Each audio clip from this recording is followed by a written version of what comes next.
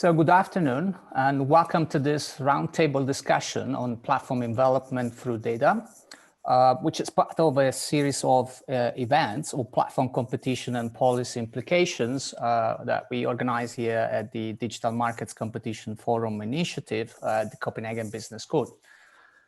So what is platform envelopment and why are we discussing this topic? Now, in simple terms, platform envelopment refers to the extension of platform functionalities beyond its core services, which provides additional utility and consumption benefits to its users. However, the concern with it is that while expanding to adjacent markets and services, a large platform can gain a data advantage and make itself even more dominant by acquiring and combining data, which can then limit the ability of other platforms in that market to compete effectively. So in other words, the concern is that envelopment might be pursued by big platforms, not because of innovation and consumption benefits that they provide to their users, or not primarily for that reasons, but primarily to foreclose competition. So the proposed, or one of the proposed remedies that's been advanced, and as you know, it's also in the recent DMA proposal, is to restrict data aggregation possibility to core by the big platforms. So being this the concerns and the premises with these concerns, following a consolidated approach here at the DMC Forum, we have brought together a distinguished panel of experts who have done work on the matter, and with that, we want to discuss these issues. So we will revisit the concept of platform envelopment to start with, and the role of data, and discuss the possible anti-competitive effects against the benefits that it brings about, and the policy implications with it. So let me introduce our speakers today. We have Cristina Alaimo, Assistant Professor in Digital Economy and Society at Luis Guido Carli University in Rome, studying innovation driven by database services and their consequences for organizations and society. So Cristina has published interesting work on the role of data in platform ecosystems for value creation, innovation, and management. So she frequently speaks of datification, which I guess she will touch base later in her remarks. Good afternoon. Thank you, Carmelo, for the invitation. Well, thank you for joining us. Gregor Langus is director at ECA Economics and former member of the chief economist team of the EU Commission. So Gregor is an economist specialized in competition policy, particularly the economic analysis of innovation and digital markets, and has contributed to high-profile antitrust investigations in the past, and published also a number of articles in Economics Journal. So thanks, Gregor, for joining. Thank you for having me here. Thomas Kude, Associate Professor of Information Systems at ESSEC Business School in France, and is also Associate Editor at MIS Quarterly, which is one of the leading journals in the management science of information systems. Thomas is author of a number of articles on the governance and evolution of digital platforms and ecosystems. And his work has uncovered, for instance, how different governance practices drive value creation through the ecosystem, nonetheless also discuss, the tensions that those governance practices create. Hello, great to be here. Our pleasure. And last, but certainly not least, Marshall Alstyne, Professor in Management at Boston University. Well-known figure who doesn't need introduction. Nonetheless, I'm going to give a short introduction. A leading expert in two-sided networks and platforms, is co-author of the original paper, Platform Envelopment, which we discussed today, and which is just one of the many influential articles and reports that Marshall has produced over the recent years. along with also the well-known book on platform revolution. And besides, it's also very active sponsor of the research community around platform strategy that has grown large since the early days back in 2013, of which I have still great memories when we could still travel and convene together, and hopefully we're gonna do that soon. So thanks, Marshall, also for this service to the community of platform scholars. And thank you all for joining the panel. And I will turn to Marshall first as the father of the concept of platform envelopment. My question is a natural one. So what is platform envelopment first, and how does it produce value for the platform itself, but also for the users, obviously? And the side question of that, which has to do with the concerns that we are discussing today, is the data accumulation and market foreclosure the only factors behind the envelopment motivation, or this when platforms decide to envelope either? So Marshall, back to you. Well, it's a pleasure. So first of all, as to being the father of this stuff, I think it's really just a testament to being around longer. So it's a testament to age. So I don't know about its quality, but age may be the issue here. So just stick around long enough, and that may help. The other one on the community building, the platform strategy conference, the deadline for papers is actually Monday. So if any of you have wonderful papers, go to platforms.bu.edu and find the link. And we're looking at the papers. So by all means, we hope to have a hybrid conference. Hope maybe some folks there in person and can actually join us for a drink in Boston, but certainly we'll take folks online as well. So we hope you'll be able to join us in July. So with that, let me see if I can share slides. I want to do three things. So one of them is that Carmelo had asked me to give kind of an overview of platform development. So one of the things I want to do is to give a model, just a graphic illustration of how platform development works. But I also want to show two other thoughts, which is how is that information creates externalities and why are externalities important? And then what are the regulatory implications of that? I heard others are actually working on things like governance and value creation. So there's an immense amount that actually can be applied from that work, because the government is actually absolutely essential. So to get started, I want to point out information is just rife with externalities. These may be negative externalities in the case of fake news, profiling, gene information, UPC analysis, or voter analysis. The insight here is that data of one person can be used to pry into the affairs of another person, or they can have spillover or knock-on effects off platform as they affect, decisions to vaccinate, voter suppression. One person's gene information can be used to make inferences about siblings and family members and others. So there's really an interesting set of possibilities around negative externalities. At the same time, there are these informational positive externalities. Algorithmic product recommendations can make suggestions in products that are better from one party to another. Google search, one person's search makes another person's search better. R&D spillovers, network effects across operating systems, multilingual web pages. The way Google Translate works is it takes these, millions upon millions of hand-translated pages, that might be in Greek and Italian and in French, and then it pulls out the patterns to figure out what that would be. So these are positive externalities that will then allow it to give us the benefits of translation. And all of the platforms are engaged in this. So this is the GAFAM here, but you can also add another AT for Alibaba and Tencent.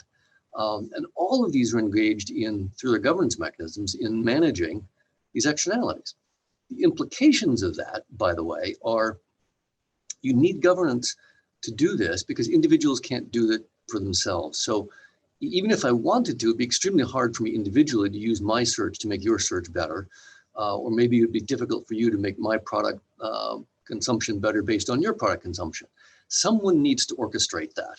So I think it's really important that we keep that in mind as we design the regulatory mechanisms by which we're still going to try to create value overall. So with that, let's dig into platform development. And I want to throw one inference because the illustration I'm going to use is from software is distinct from data. We're looking at code and data, but I want to point out that these really are symmetric. And if you have any reservation about that, think of the following. You could easily train your machine learning algorithm on data and then completely discard the data and then have all the effects of that.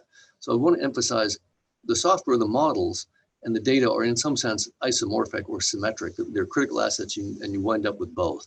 So one of the illustrations I'm going to use is using software, but the implications for data are almost identical on the way we work it. So I've revised the original platform model to use a recent illustration. So here's a recent example that some of you might be familiar with, the competition between Microsoft Teams and Slack. So we'll start with just a valuation model from platform development. And imagine Excel is valued from left to right across the bottom. So we have VE for Excel. And on the vertical is VT for Teams. So we just put those on the X and Y axes. To make this simple, we're going to normalize it. So whatever the value is, if it's 100 euros, if it's 250 euros, doesn't matter. Just divide by that. This makes the analytics just so trivial we can do it in our heads through the presentation. So we'll just do this to make this simple. So normalize it to 1 in both dimensions. Then, so for a good with zero marginal cost, what's the optimal price? Well, it's about half on that. You're selling to the top half of the market. So for Excel, that would be the block or the market share to the right. You can easily, again, do the math here. So you're selling it to half the market at half the price, profits are a quarter. Incidentally, if you plotted this as a demand curve, that's exactly what you'd get, right? So if you plot this as a demand curve, is selling to half the market at half the price, then the blue box is the optimal profit that you would get, which on a demand curve should look familiar. So we're not doing anything unusual, just going to use a graphic to show kind of the market share consequences of this. If you plot on the vertical axis for Teams, exactly the same thing. So we're going to price to the top half of the market, and the profits would be a quarter. And so if you do this, you see who buys what. So if you're selling the independent goods prior to envelopment, then you see, there's a segment that buys Teams up on the upper left. There's a segment that buys Excel on the bottom right, and there's a segment that buys both in there. Now, what happens if we get an entrant coming into the marketplace? Suppose Slack comes in with a slightly better product or a slightly better value proposition.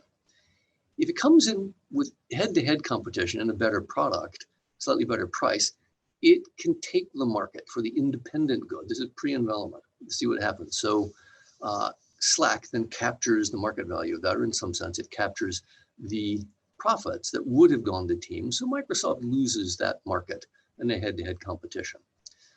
Now, so what happens, however, if Microsoft now sells the Teams Excel as Microsoft 360 bundle? Well, previously we had 2 goods at a half. Now we're going to sell each of them for $1, but you're going to get both at the same time. You get access to it. So you get selling Teams, and then you're selling Excel, but now it's a different market shares. So top left are the folks that value Teams but not Excel. Bottom right, folks that value Excel but not Teams, and everything in between are the ones that value both in there. But now, watch what happens. If Slack comes in with a value proposition, and of course the profits are the same as before, but actually, if bundling discounts, you could actually increase it, but assume that they're the same as before, so it doesn't get even worse for Slack. Now Slack comes in with a better value proposition, and what happens? What's interesting is that the people on the top right that need Excel they affiliate with the platform. They affiliate with the consolidator, the enveloped product, because they need the Excel. And then they don't buy Slack because they need what's available in Excel, and Slack doesn't have it. So they don't buy it. Slack actually only sells to that other fraction of the market. And approximately, so there's the teams, the ones on the right get the bundle, the enveloped product. And approximately what happens is Microsoft profit rises through envelopment by half, and Slack market share drops by half. It's really interesting that the fact of envelopment or bundling these things together has such a big impact on ability to absorb or track the market. Now, we use this as a kind of fun, simple graphic illustration.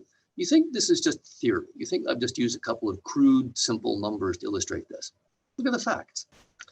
Here's the actual data on what has happened recently with Slack and Microsoft, with Microsoft bundling all these products, creating an envelopment product. So Microsoft 360 has Word, Excel, PowerPoint, Outlook, OneDrive, Teams, Skype, all in the same thing. And this is the actual numbers in there. And Microsoft has overtaken Slack, even though Slack started with a better product and started with more market share in there.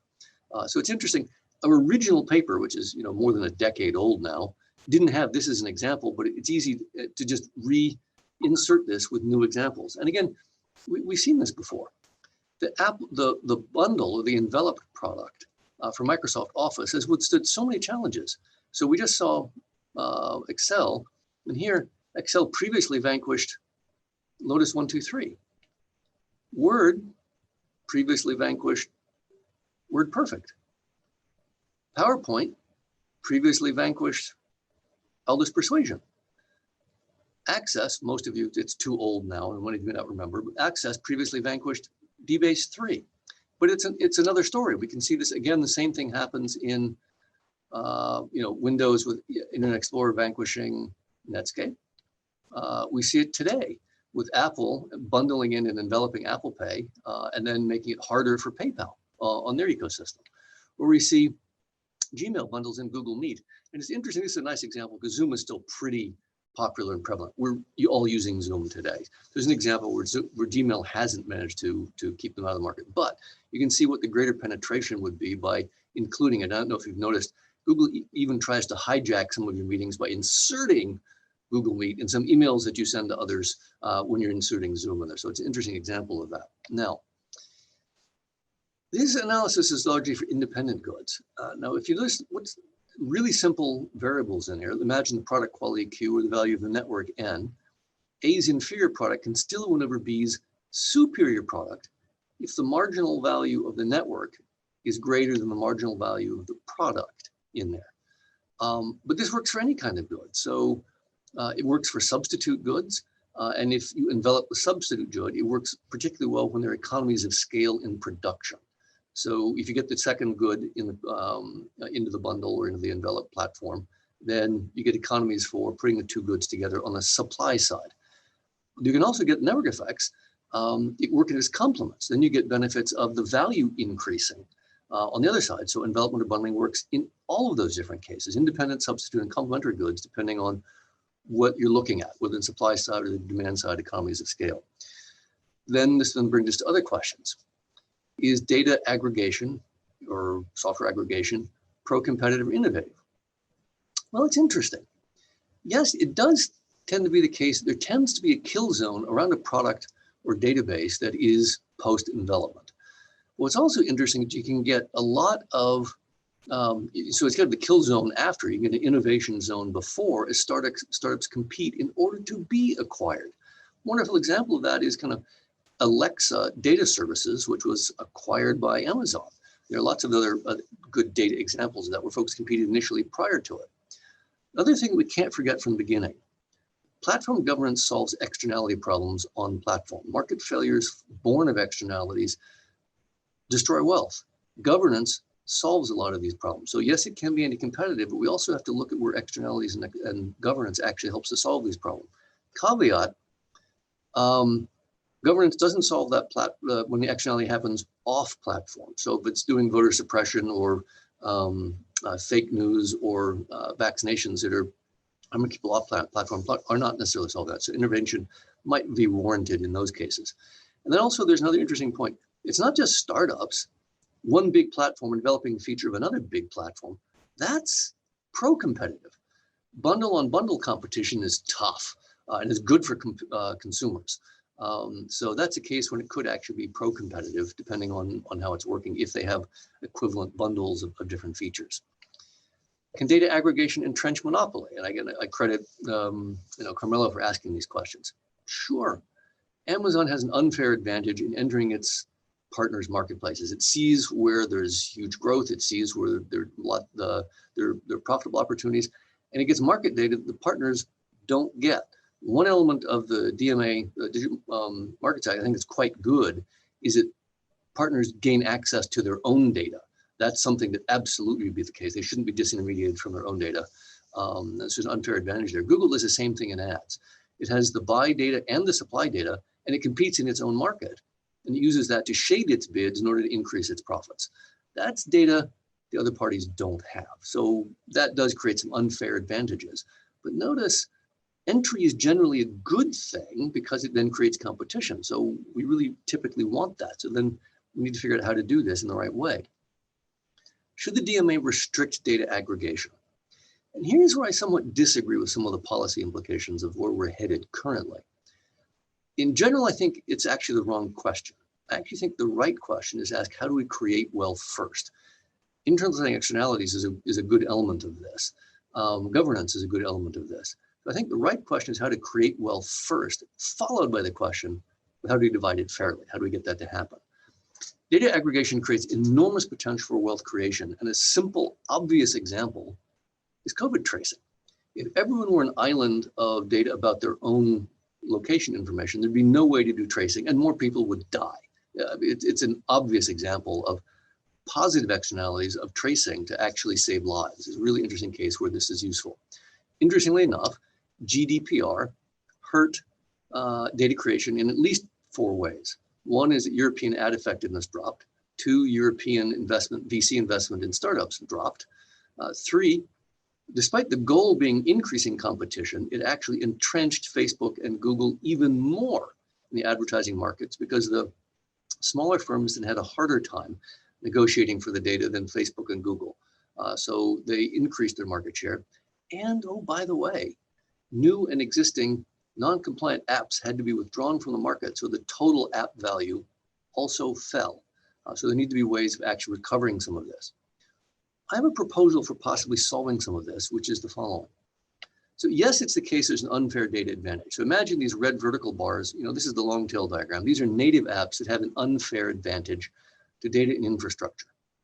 One of the things I would suggest that the right solution would be create a legal and technical firewall, APIs, if you will, between the infrastructure and market data, between the apps in there. And then what you wind up doing is separating that for the privileged access for the native apps. Then the platform has to publish the terms of access, and these are available for everybody. And it's the case that native apps and third-party apps gain the same terms of access, or maybe even the third parties get better access.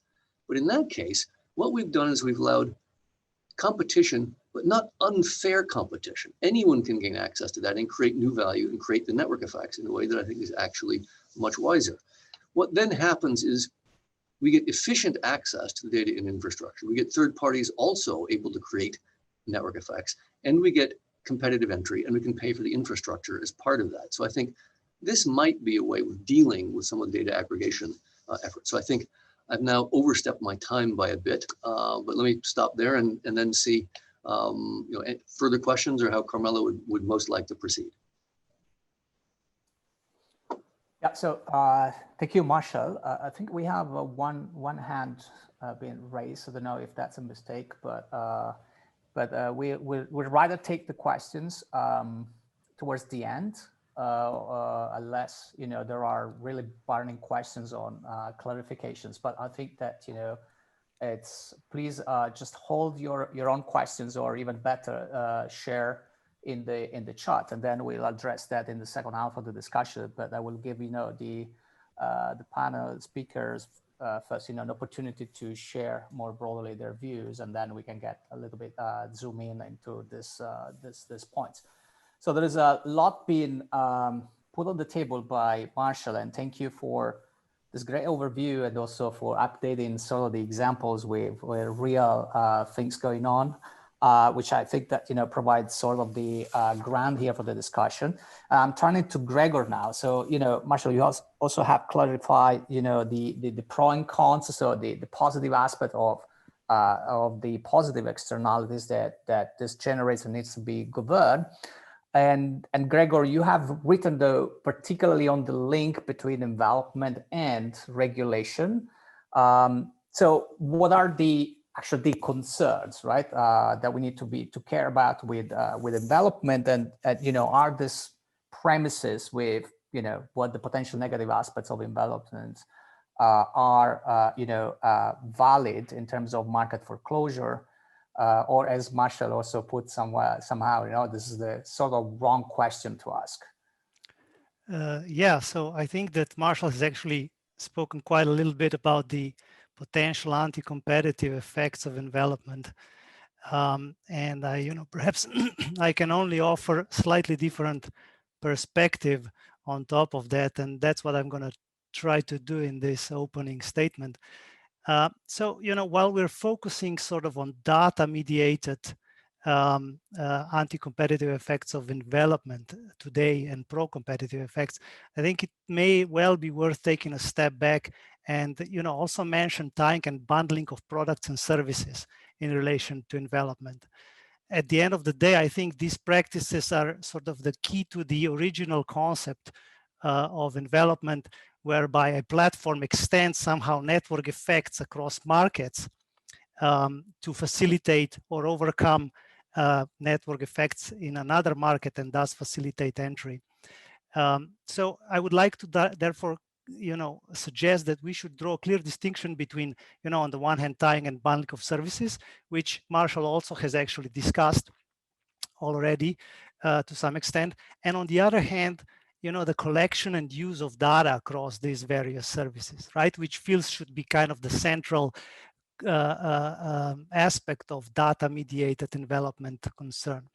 And the reason why I think we should separate between these two categories of practices is because the informal literature sort of often advocates, that advocates for, regulation of platforms, sometimes presents these effects, the effects of this group of practices as if they somehow reinforced each other to generate this supercharged antitrust concern. But I think this is not true. So, the effects of these strategies may reinforce each other, yes, but they may also offset each other, or they may all work in the direction to get us, to a more effective competition. And it is therefore, I think, important to evaluate them separately. And I'll take, very briefly the way I understand sort of the traditional antitrust view, but also how it applies in this context. So if we first start with the, the tying of products and services, we have quite ample literature on the effects of tying and bundling of products and services, and also significant case practice in competition policy.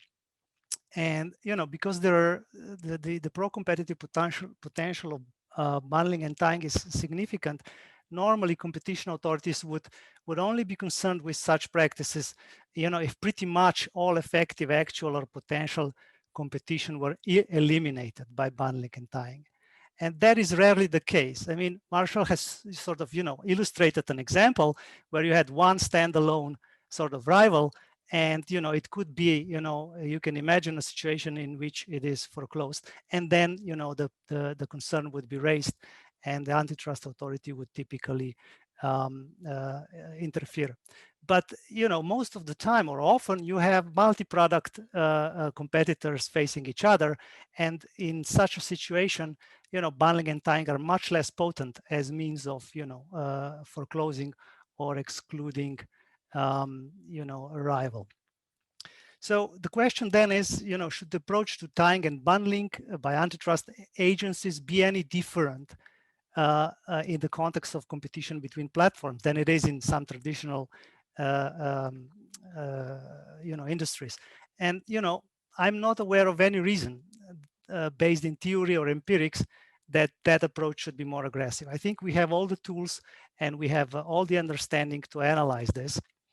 And I'm guessing that the instinct to actually be more aggressive has to do something with the belief, which may be wrong, may be right, that various multi-product platforms actually do not compete with one another all that often, right? And at the same time, standalone complementars are often the most likely effective potential rivals. So that's why we feel particularly strong need to protect them, from the potential foreclosing effects of bundling and tying. I do not quite see that. In fact, to me it seems, but I'm not an expert exactly in this question, that actually the largest competitive threat to multi-product platforms are other multi-product platforms, right? And if this is indeed the case, we should then be cautious not to, effectively outlaw bundling or tying, because they can actually be very strong, can have this, sort of, can enable the extension of network effects across different services, different markets, and thus facilitate entry and competition, right? So, okay, so this is, you know, about bundling and tying separate from this data aspect. Now, how about, you know, collection, aggregation, and deployment of data across various services? Now, I see that, you know, the management, business and management strategy literature has, you know, making a lot of progress in understanding of, you know, how data works. But, you know, in antitrust literature, we don't yet have much, you know, technical formal literature about that. And we're going to have to, you know, start reading more carefully also business management literature. There is a visible recent paper where economists Daniele Condorelli and Jorge Padilla have raised the concern that a dominant platform, which is active in some, you know, call it primary market, may have an anti-competitive motive to enter another secondary market, right? And in that story, why this happens is the primary platform enters in order to prevent the incumbent there in the secondary market from collecting too much data, because it fears, the primary market, you know, incumbent fears that this data could then be used by the, you know, by the potential rival to actually enter into its primary market. Of course, under some assumptions, you know, this actually is the case, but these assumptions are somewhat difficult to verify. And you know, when these assumptions are not satisfied, then, you know, such entry is actually pro-competitive.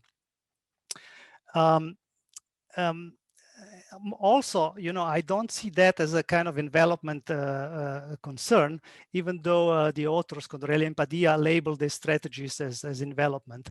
But what, irrespectively of how you label this type of entry that could be anti-competitive, what I make of the argument is that, you know, antitrust agencies should remain vigilant as they have been so far, but I don't see any reason why we should be more aggressive in enforcement when it comes to platforms, or that we should somehow regulate entry. Now, a notable distinction or a, you know, a notable exception in terms of injecting some conceptual clarity into the debate, into the antitrust debate about the effects of data collection is a paper by Greg Taylor and Alexandre de Cornere. It's titled Data and Competition, something like a general framework with applications to mergers, market structure, and so on. And what they show is that data can affect the incentive to provide utility to consumers in two ways. So, you know, an extra unit of data typically, you know, we can assume, plausibly assume, that it increases the marginal revenue that the platform can earn from an additional, you know, customer. And that gives the platform an incentive to attract consumers to the platform by offering them a greater value. Okay, but there is another force at play. And the direction of this force now depends on how exactly you can use the data to then, you know, extract this revenue. So on the one hand, a firm may best extract this revenue by using additional data in a way that imposes some utility costs, maybe in the form of nuisance, for example, in a context where the platform may want to show many ads. In this case, additional data could result in a reduction of utility to users. But it could also be that, you know, the value from users can most efficiently be extracted by providing more utility to them. For example, by better targeting ads, which do not so much annoy them. In this case, they explain and prove that additional data can translate into more utility for the consumers. Now, the interesting bit comes next, because Taylor and Cornere then apply this framework, and they go on and analyze, you know, different types of effects. So effect of more data on consumer surplus that I just described, which is generally ambiguous and may well often be pro-competitive. Then they also analyze the welfare effects of mergers that allow the merged firm to aggregate data, right? And they show that this may well be pro-competitive, especially if there are hurdles to data trading. Finally, they also analyze the effect of data aggregation on the likelihood of market tipping, and on how data aggregation can create entry barriers. And again, you know, the effect is ambiguous. And you know, when platforms have more data available, the risk of markets to tip or for data to present an entry barrier could well decrease. And it's a quite convincing argument that they make. So what I make of this, and this is, you know, my closing statement, I hope I have not been too long, is that, you know, antitrust authorities should definitely take the role of data into consideration when assessing, you know, mergers or in antitrust assessment, for example, when assessing tying or bundling. And they should carefully, you know, do that, obtain the knowledge, read papers that Marshall and his colleagues are producing, but also, you know, the newly arriving arguments in our field, in the antitrust literature, and you know, and take them into account. But at the same time, I don't think there should be any presumption that a greater role of data makes it more likely that, you know, the merger or some conduct which is under scrutiny for its anti-competitive effects is indeed anti-competitive. So, you know, vigilance, but, you know, careful formal analysis to the extent possible, and a balanced assessment. I think that's what I read. That's how I read this literature. Perfect. Thank you, Gregor. That was awesome. So also because you connected to a couple of points that Marshall made earlier, which I think are important here, you know, important elements or dimensions of how to debate. And it's one, the you know, single product versus multi-product type of competition or actors that compete. And so said differently, it may also be, you know, the small versus the big platforms versus the big versus big, and versus, you know, entrance vertical that might actually then allow the platform to compete more aggressively in the directions where other platforms have their own home turf.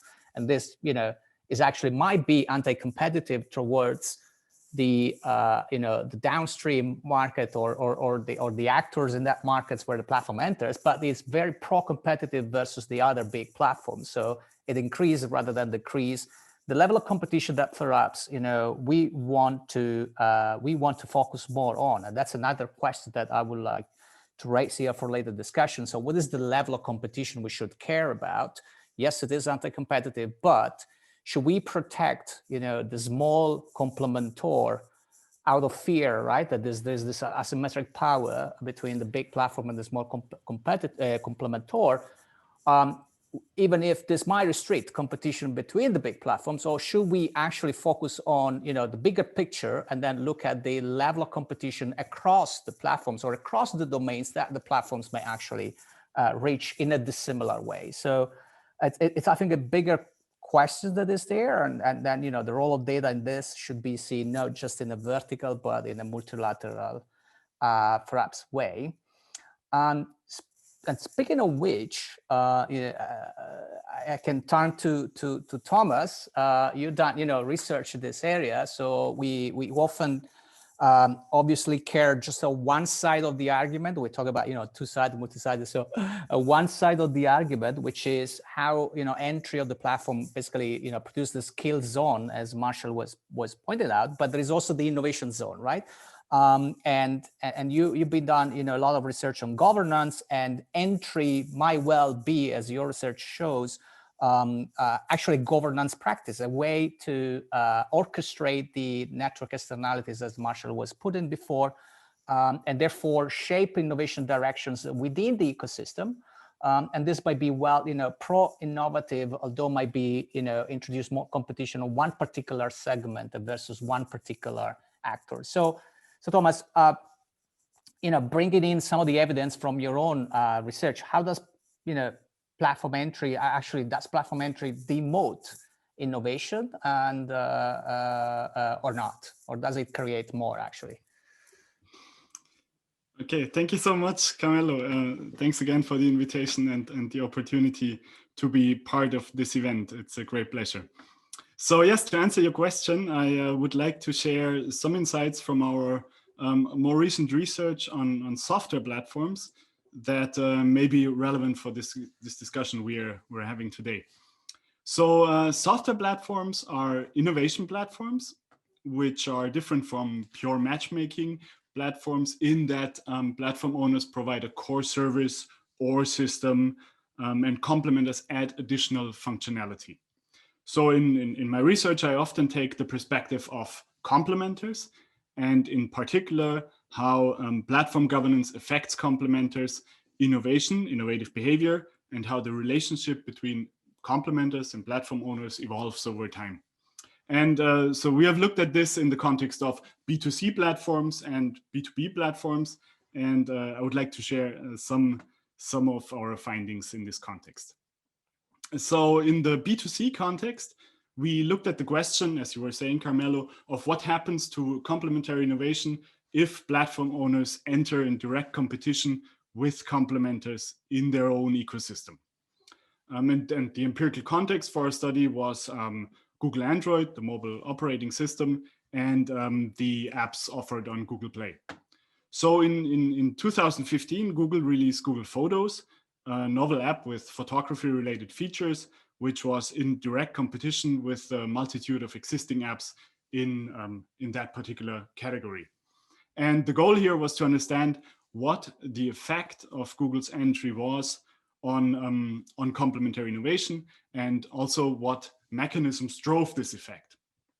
And our proxy for complementary innovation here was the degree to which existing photography apps would receive major updates after Google has entered with its own photography app, compared to other apps that would be not affected. And what we found was that Google's entry, in fact, did increase the likelihood of major app updates. And we were also interested in the question of whether this increase in innovative activity was driven by a competitive threat perceived by app developers, so in response to a threat that they perceived, or by an opportunity created through the entry of Google, so related to the mechanisms driving this increased innovative activity.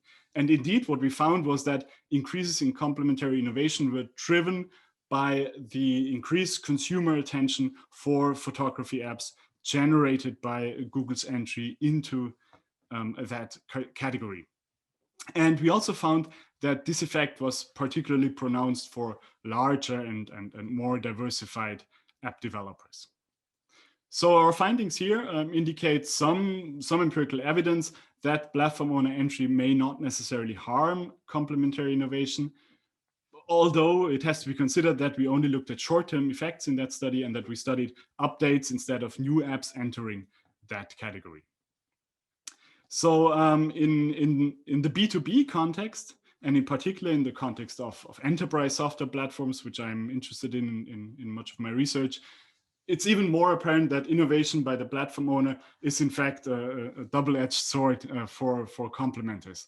So similar to app developers in a B2C context, small and medium-sized enterprise software firms or startups are often locked into the relationship with one particular platform owner. In the B2B context, the main reason for such a lock-in is often that complementers need to invest quite heavily, actually, and also on an ongoing basis into platform-specific resources, such as knowledge about the platform owner's system, and about recent developments in that context. And that often makes it very difficult for complementers to multi-home, actually. So in this context, and in the context of the discussion that we're having here, I think two aspects are worth pointing out. First, from our studies, we know that competition from the platform owner is often expected by the complementers. And expected here means both in terms of, on the one hand, seeing it coming, and also of seeing it not necessarily as a bad thing, because complementers often round out the overall system by adding functionality that is not or not yet part of the platform, but that may be needed by some clients. And complementers actually know that this gap may be temporary and may be closed in future versions of the platform as demand increases for that particular feature or that set of features. And complementers often also even welcome platform updates as they want their platform to be at the forefront of technological developments.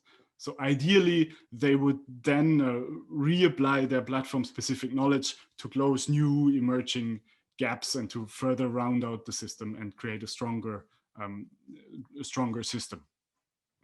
And the second point that I wanted to point out is that in the enterprise software context, platform owners often enter into the space where complementers are active through engaging in close collaboration and value co-creation together with complementers. So one reason for this is that in a B2B context, access to a few key customers can give relatively small complementers considerable importance. And even though it may be challenging for complementers to manage this partnership with a large platform owner, entry can actually be beneficial for complementers in that regard. So summing up my brief opening statement, I think one common theme here is that although platform owner innovation is a constant challenge for complementers, especially in the software context and also beyond, it is also an essential element of value co-creation and complementary efforts, which often makes it beneficial for clients and users. And I think these observations should be considered as data becomes a key foundation for value creation. So that's all for now from my side. Thanks a lot, and I'm looking forward to the discussion. Thanks, Thomas. Terrific. A couple of points which actually before, and Christina, please don't get this wrong. You know, I love you. So, but before I give you the floor, because it's highly connected, I would like actually to go back to Marshall and maybe also bring in Gregor on this point. So there are actually 2 points. So the first is really this idea of value co-creation, right? So, and we talk a lot about this. I mean, in the management literature, right? I mean, all the concept of platform organization, but particularly the concept of ecosystems, right? So the how you manage with complementors, and the idea that they have to make specific, so specialized investments. It's not just a plug and play, the sort of fungibility that you have in markets, because we keep continuing talking about markets, but we forgot that many of these animals are not markets per se, right? So they require this specific relationship between the complementors on one hand and the platform on the other end. So there's the co-creation story, but the part is this market expansion effect. So Marshall, also your model, right? So you kind of kept the profits fixed, and of course, I mean, to simplify the model and everything, and capture the essence of it. But there is an aspect of it, right? So that, as we've seen in much of the empirical research on this, and also there is also some other work by Feng Zhu, right, that has done that on data with Amazon, which actually shows both effects, right? So that there is the anti-competitive effect, and they kind of kill, but they also expand the market of that product category where Amazon enters, precisely for similar effects that you show, Thomas, in the case of Google, completely different context, right? In your case, it's actually innovation. In their case, it's just in a pure, product retail, so market effects. But so Marshall, the point is, what if we release part of these assumptions on profit being fixed, so the market being fixed, and we allow in this possible market expansion effect. So that's the first question. And the second question is, there's the market, but there is also the technology evolution story in it, right? So platforms are technologies at the end, and the firms are organizations that kind of orchestrate this, because maybe they want to take, right, the evolution of the technology in one particular direction. So killing this zone, right, is also a way for the platforms to move the whole ecosystem towards other directions where they want to take their own technology. And if we start intervening on what the platform can do and not do, aren't we killing this degrees of freedom in where the platform should decide to take the next generation of the technology? So, wow, there's so many different questions wrapped up in there. So let's start with on market expansion. That is one of the most important elements of platforms, period. In effect, what you're doing is by opening, you're enabling investment out on the long tail that wouldn't have happened absent an open ecosystem. So that without question, you are engaging in market expansion, and you're inviting that. Another element that's key to doing this, and it's something on which one should be evaluating the platforms themselves, is the extent to which they actually are better at what I would call just governance. If you look at Microsoft 20 years ago versus Microsoft today, they weren't as good about buying companies. They would simply eviscerate them. They would build their own technology on their own, and VC companies stopped investing in things, new apps that were going to be built on top of Windows, because Microsoft would just pull it in, if you will. So they've gotten better about that over time. The reason, of course, is it's sunk cost. As you point out, if you're going to make an asset-specific investment and they're going to appropriate it from you in the future, then you're not going to ex ante make that investment. So that's something that needs to be worked out in the design of the governance. It's interesting. O'Reilly actually talks about a full evolution. So when you're talking about the technological evolution story, where you want some freedom, you want the ability to actually create new technologies. And again, the modular interfaces help make this possible, and you don't necessarily want to restrict that freedom. O'Reilly has this interesting observation, however, where as the platform matures, and he uses Windows as an example, there tends to be higher predation, where they then, after having achieved lock-in, they do either more absorption of the features, or they change the royalty rates in ways that are more favorable to themselves as they see less innovation out on the tail, or it's moving to a new platform. So as you move from desktop to mobile, there may be more interest in then extracting revenues versus creating revenues. So if you look at a more evolutionary phase, it's they move to the exploit phase as opposed to the explore phase, to use an earlier metaphor from the kind of March, James March literature. So you have to look at the full evolution of it. So absolutely, you want to look at the restrictions on freedom, but I actually do think we ought to think about what happens as it matures over time, and what does happen to the boundaries of the platform as these move, and where the incentives change when you go from fostering and even subsidizing creation and exploration to maybe in a maturer phase, more exploitation and less investment in creation.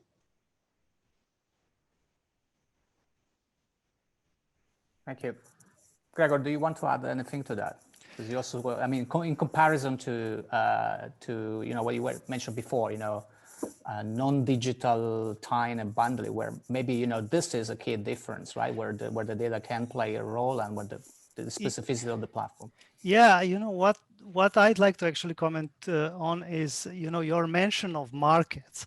I think in antitrust analysis, especially when it comes to digital platforms and digital innovative firms, we would actually probably do well if we did away with the concept of a market and market definition, and rather look at substitutes, complements, and other types of possible relationships between products that are concerned or under assessment that we are, because it's this straitjacket of a market definition actually leads to some funny results.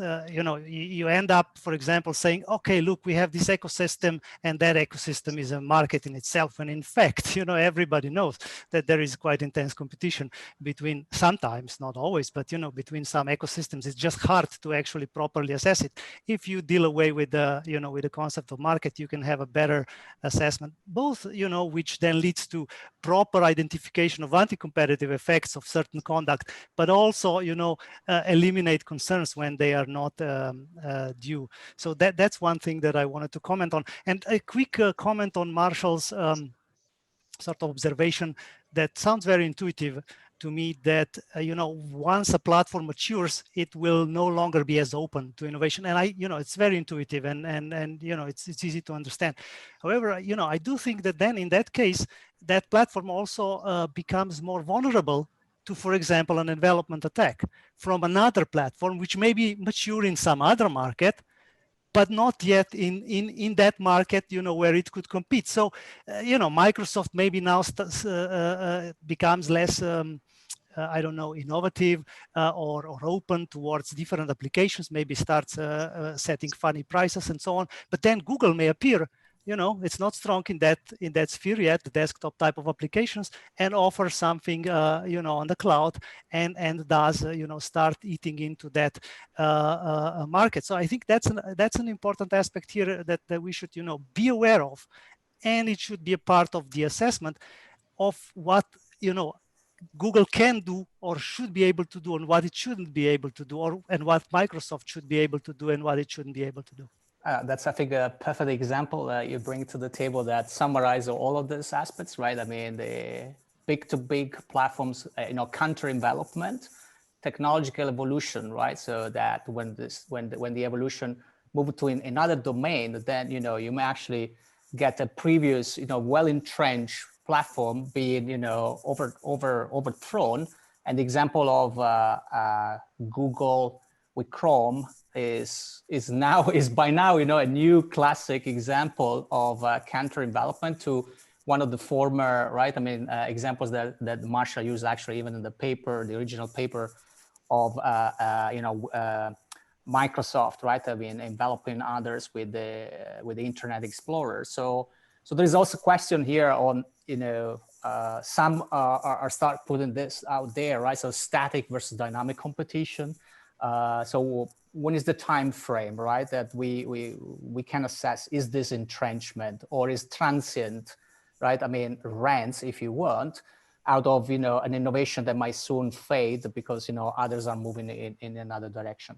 But I don't want to take further time to to Christina, and apologies, Christina, for holding you last, but there is a reason, because, you know, now you know, the cake come as usually, you know, last. And we've been speaking of the role of data. This is, I mean, you know, the key here.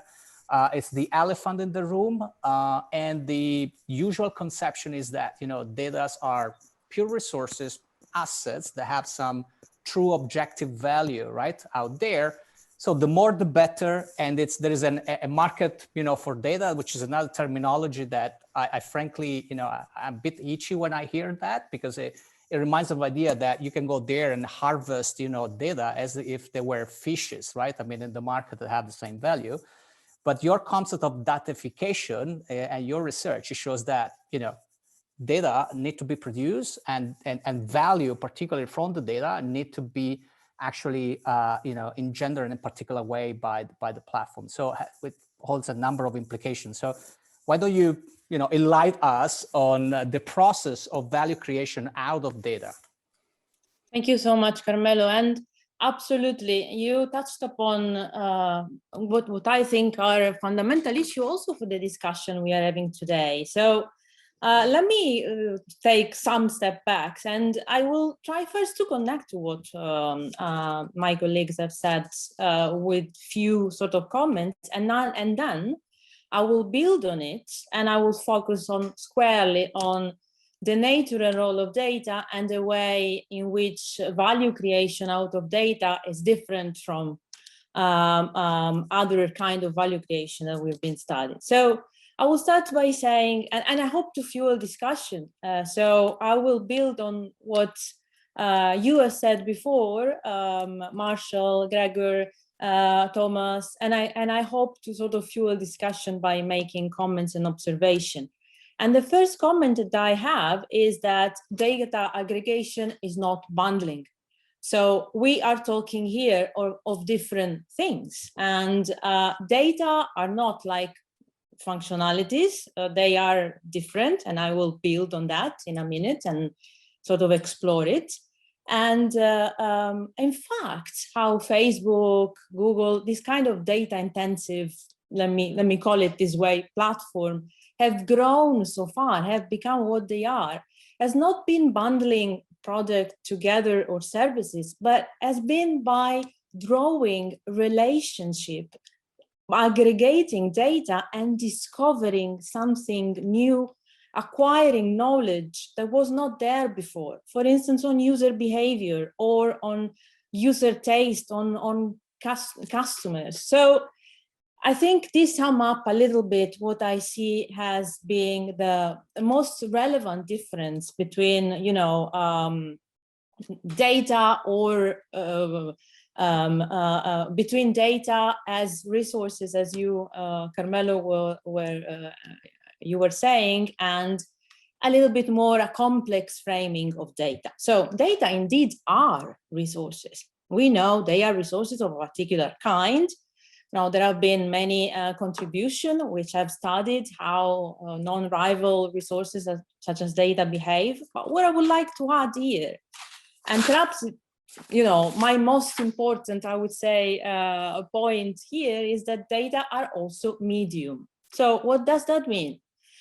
Data are the medium through which we access reality. Organization access their own environment. So meaning competitors, complementers, partner, customers.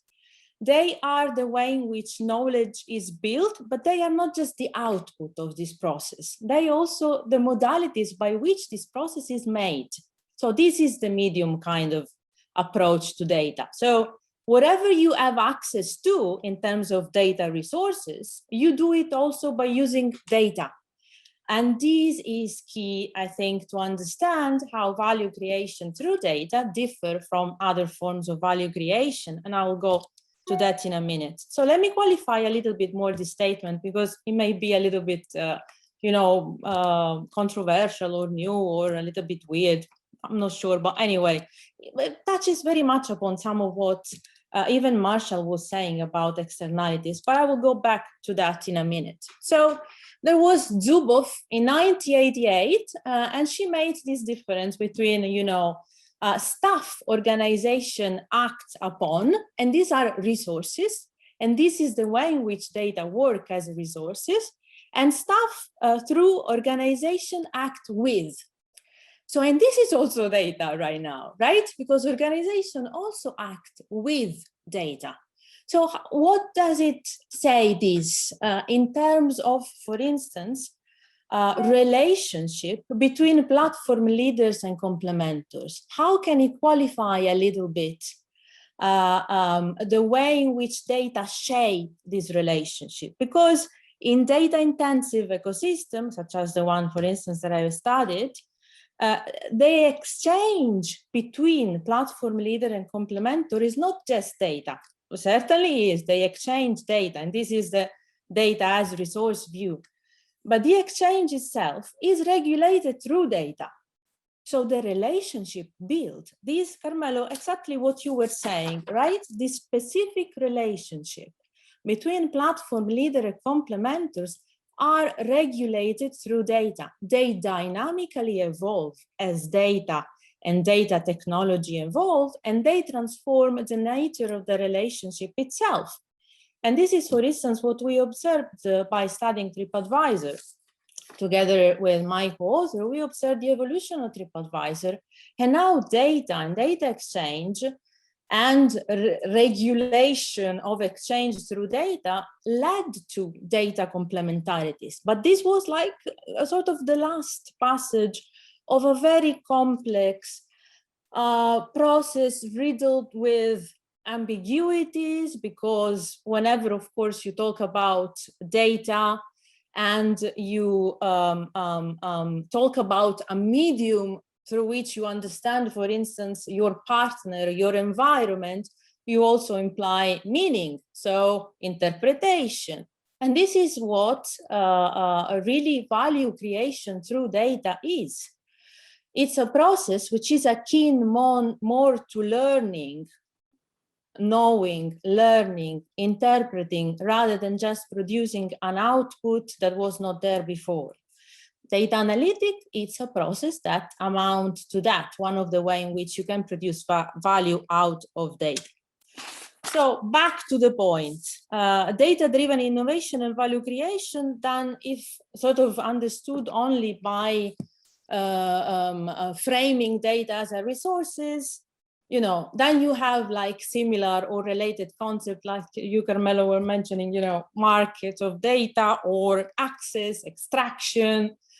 portability, all these concepts imply a sort of conceptualization of data only as resources. As I said, data indeed are, but are not just that.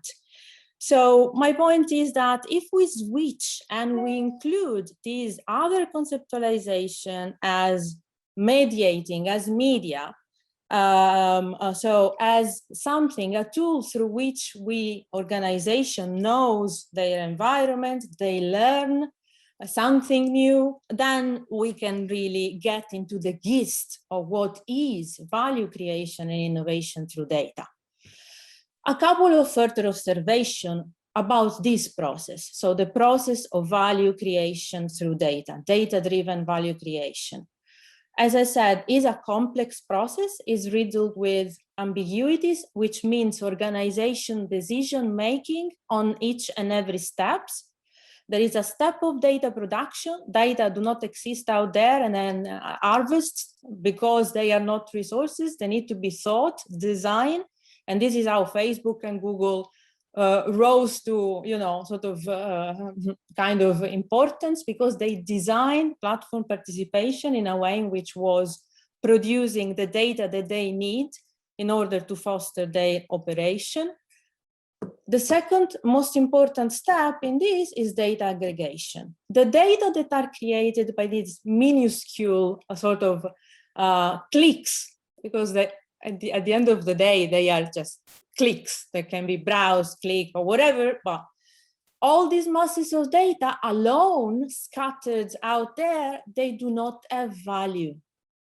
They need to be worked out. And the way they are worked out is by aggregation. So putting all the same kind of data together, bundling them. Oh, sorry, I use bundle, but I don't want to create confusion. Clustering them, and then relating them with other kind of data. And this is where we get now to the point of the discussion. This relation, though, is not like putting together components with a design, like the way you would make a platform, for instance, or a product. This is, again, creating discovery something. So it's a discovery process, it's a learning process. It's a way like machine learning sort of work, reading data, finding hidden pattern, finding something that was not there before. And here I connect again to what Marshall was saying at the beginning. There are here externalities, there are effects that cannot be sort of thought before, because discovery implies that there is some unpredictability here. And this unpredictability, I think, should be also sort of addressed here. There is a space of huge innovation that comes from drawing relationship and discovering new things, but there is also a huge space of risks. And of these risks related to knowledge, to way of interpreting the world, we are battling with today, because we cannot also sort of, not seeing what is going on out there. I understand that we work through concept that we have, but we also sort of acknowledge a reality which is, very daunting, and there are things that are happening, and they depend from this kind of platform and the way they produce value out of data. I stop here. Sorry, I took a couple of minutes more, but I really want to sort of offer this data point of view to fuel discussion and to I'm curious also to see what you all think about this. Thanks, Christina. Terrific. So let me summarize. I have some couple of burning points or bombs, to throw at you, but I don't want to do that. So let me just summarize, some of the key points, and I want you to react to this.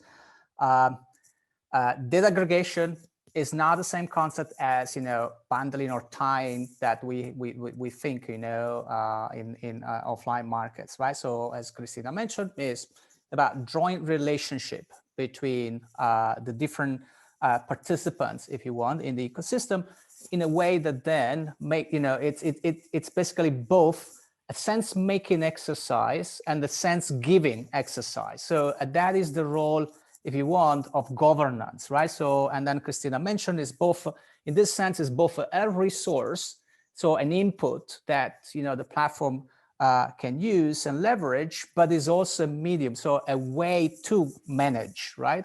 And then to give sense of directions and invite, actors in the ecosystem to make specific activities. It might be, a click on a picture, or it might be through, maybe Thomas, might speak here, or maybe, invite to make investments in one particular area of the technology rather than, or the platform rather than in another area, right? So this is, one important point that we need to distinguish. The second is this idea, that the value and the complementarities are created through this relationship that they are drawing. So the design part of the relationship, the interactions, is a key point for the data. So it comes first, and then data comes after, and then value from this complementarities come after. So the sequence is in this.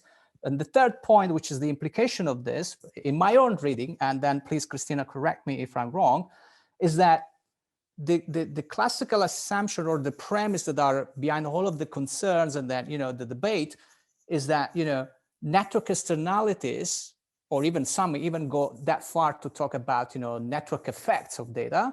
So, but network externality is not a fixed property or characteristic of data. So it's not that the more you have, the better, et cetera, but the learning that you do about the product through the data is enacted by other activities, which is the design of those relationships by the platform. So it doesn't come with the more amount of data per se. So that's another big point, I think, on the table, right, Christina? Did I read this correctly, or?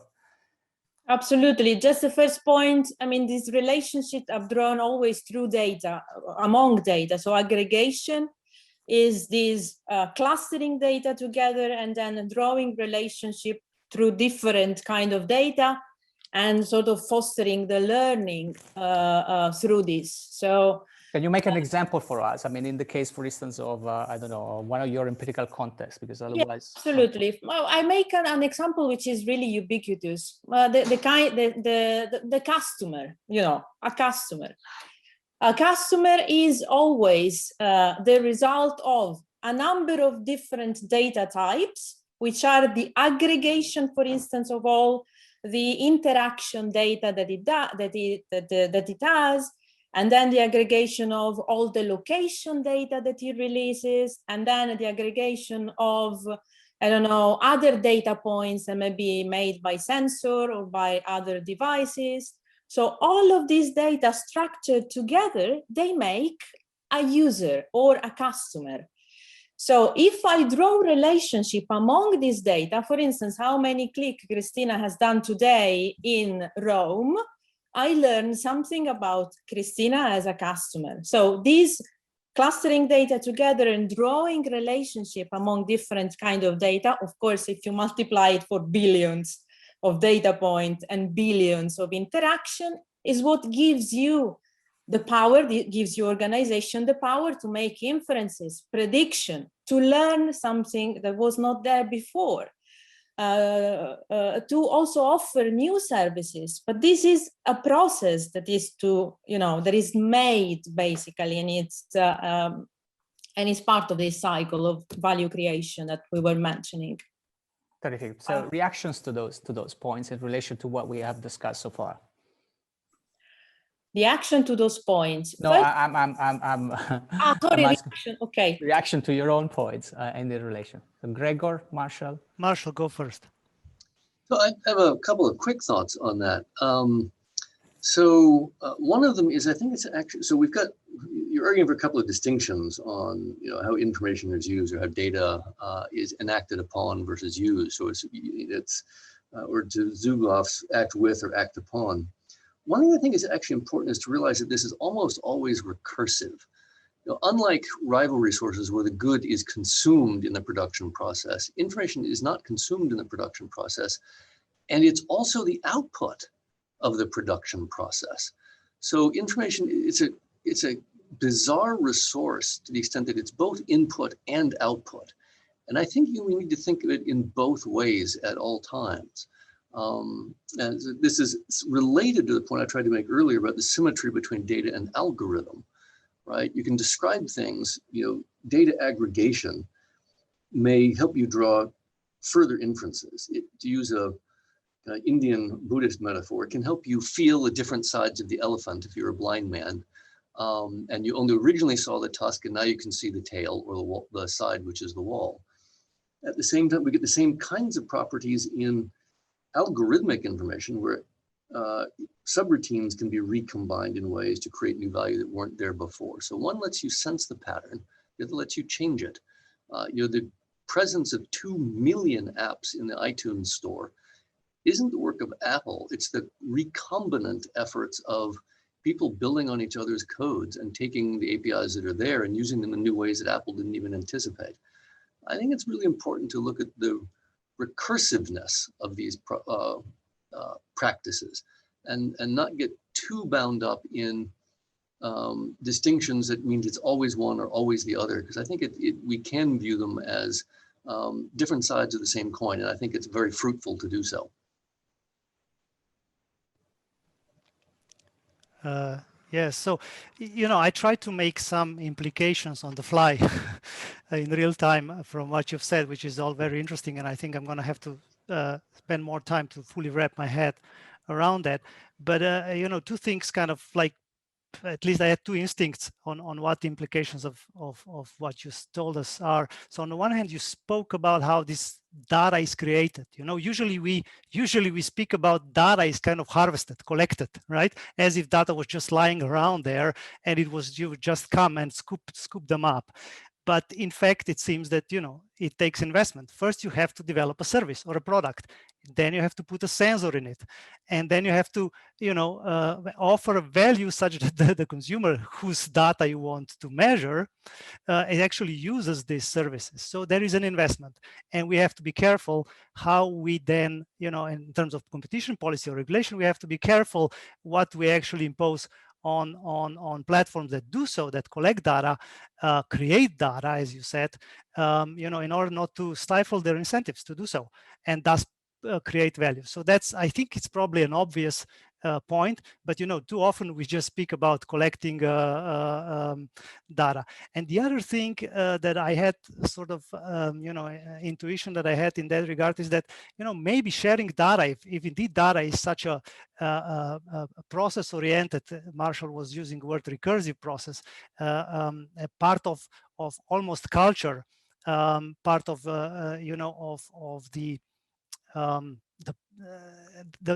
the design of the product or service depends on data, then the data that you collect depend on the design on service. Then, the question is how much sharing data will actually do to promote, competition that we hope it will promote, especially when you acknowledge that, such sharing may also negatively affect the incentives to collect them. These were two sort of first reactions. Thomas, you can. Yes, thank you. So I find this really fascinating, Christina. Thanks a lot for sharing your thoughts. So a couple of things that I'm wondering, actually, I don't know the answer to yet, but so we have known for quite some time that about a couple of things about platforms. So on the one hand, if I take my perspective again of complementers participating in platforms and platform governance, complementers do so to get access to different complementary resources, right? One of them is like access to markets, access to reputation, and access to technology. And this part of access to technology includes the capability of platform owners to provide an integrated system which can form the basis of complementary innovation. But it also includes providing this integrated data, right, that others can build on. And I wonder what, based on your discussion and similar to Gregor, I need to read and think more about this. But the interesting question will be, what's different in terms of the complementarity between the data that the platform owner provides, this integrated data, and maybe data that complementers use to build on that and create value by bringing it together. Is this just a different resource and different complementarity? And from your discussion, I can see that there's definitely more to that, right? And the interesting question will be, how does this complementary relationship between the resources, if you want to call it resources, of the platform owner and the complementer, how this changes when we talk about data? And this is something I think that is really crucial in this discussion. Yeah, so Christina, you want to react to that, or? Yeah, I can react very quickly to the 3 points. I think starting from Marshall, recursiveness, absolutely. Input, output, and medium, data are all of this, and there is a recursive process, non-linear recursive process, which absolutely needs to be acknowledged.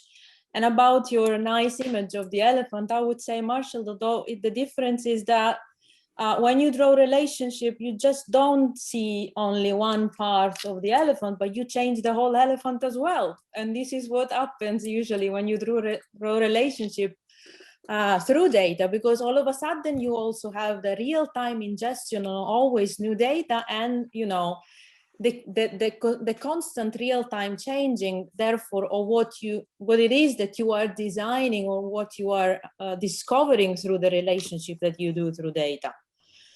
Let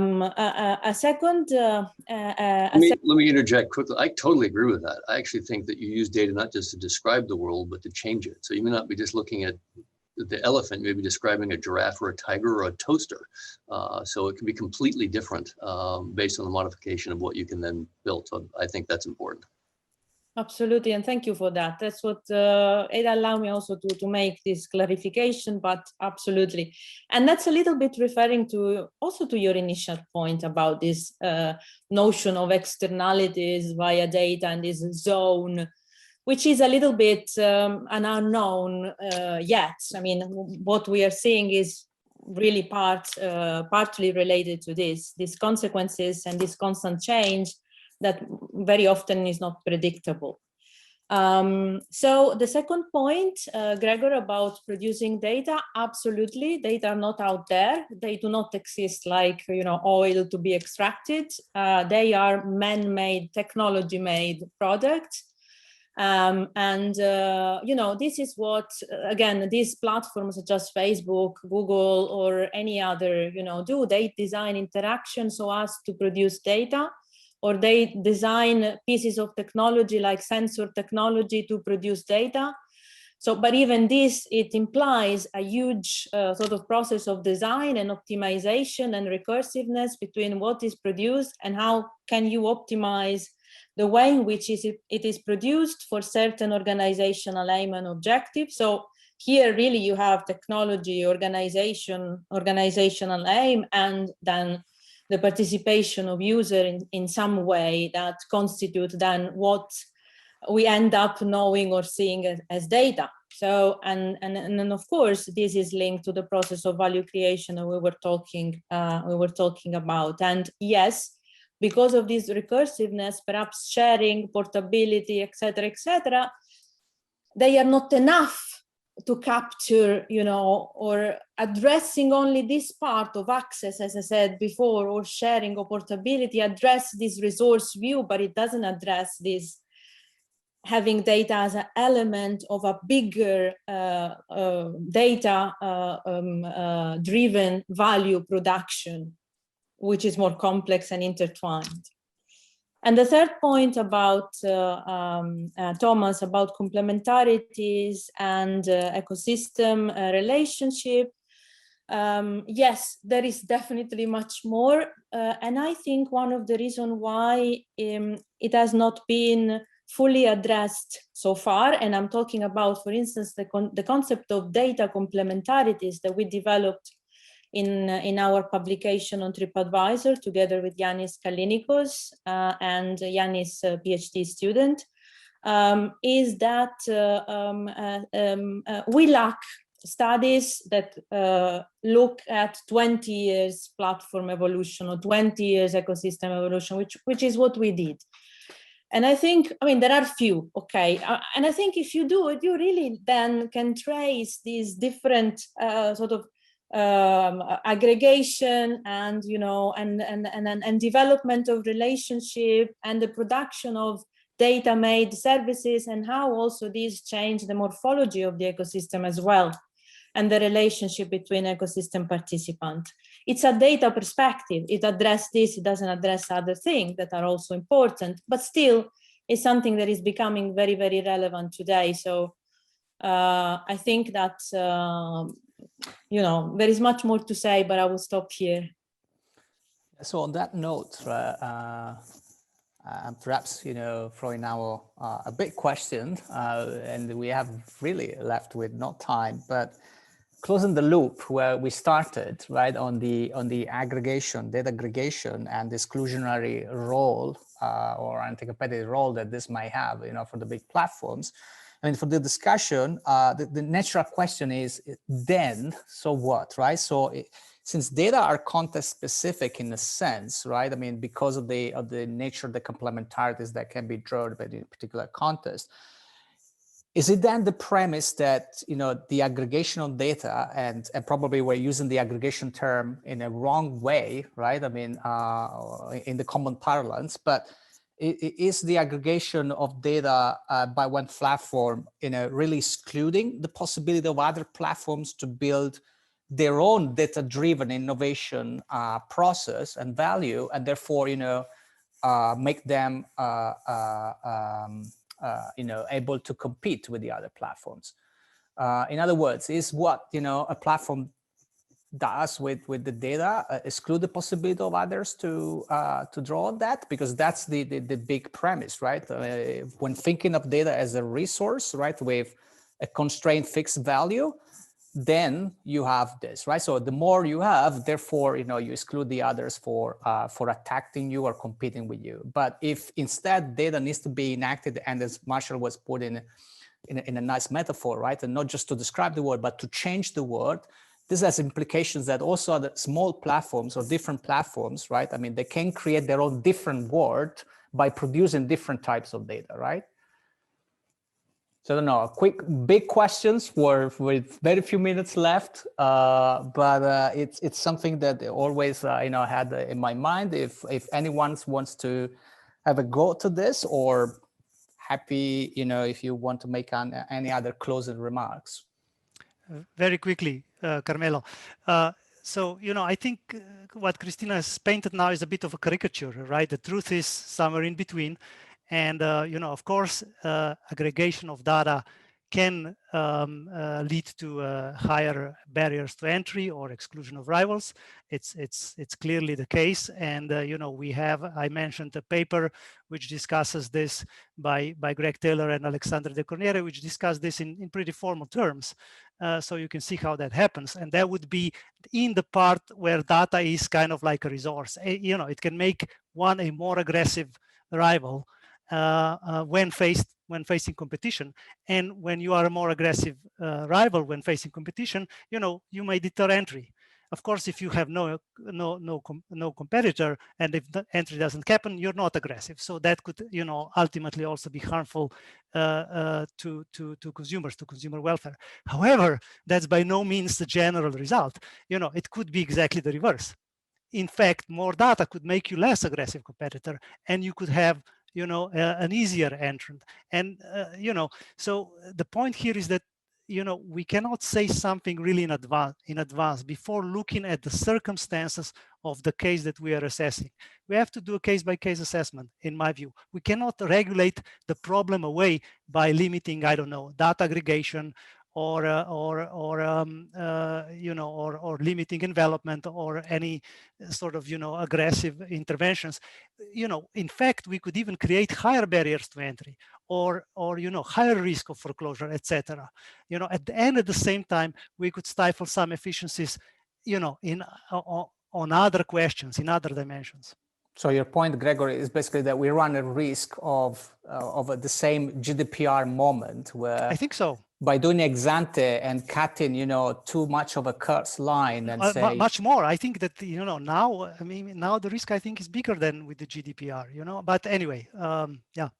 Yeah, so I've written about some of the unintended consequences of the DMA. There's an HPR. There's an article, but any quick points? We are really at the 6:30, but Marshall, you want to? So let me add one or two thoughts on it. So I totally agree that we have to be really careful in designing these interventions, because things like GDPR is a nice illustration of not necessarily getting it right. But I would argue, if we have good theory, it's able to predict the outcomes and actually design the legislation in a better way. I like to start from the question of how do you create value? How do you create social wealth? Competition may or may not be the tool used to do that. Privacy may or may not be the tool to do that. But you don't start with how do I create privacy or how do I create competition without also asking the prior question, which is how do we create value? Because if all you're doing is creating privacy, you may not create value, you may destroy it. If all you're doing is creating competition, you may not create value, you may destroy it. The interesting element here is that markets will almost always get this right when there aren't externalities. But what's fascinating here is that information is just rife with externalities. It's also obvious it's rife with information asymmetries, and both of those are key sources of market failure.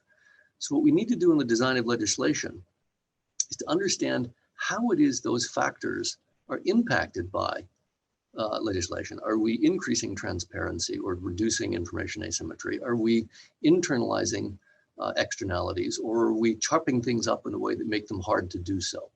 And I think better legislation will figure out the right ways to handle these externalities and these information asymmetries, and data markets are just, rampant with these things. So I think we need to be very careful as we introduce changes, but then start from the premise of how we create value using these interventions. So that would be the way that I would try to approach the problem. Thank you. So we are past 2 minutes, the time. So it's been a terrific panel, and the level of interaction, I guess we could go over for another hour or day, but thanks again, for the terrific points. There's a lot here to digest, but also I think of new ideas that need to be incorporated in the debate. So, make your own comments and suggestions, to the EU, make the EU great again. and thank you again. Thanks all also for being with us, in the participants. As usual, we will share a video afterwards of this. Thanks again. Thanks for having us. Thank you. Bye. Thank you so much. Thank you. Thanks so much.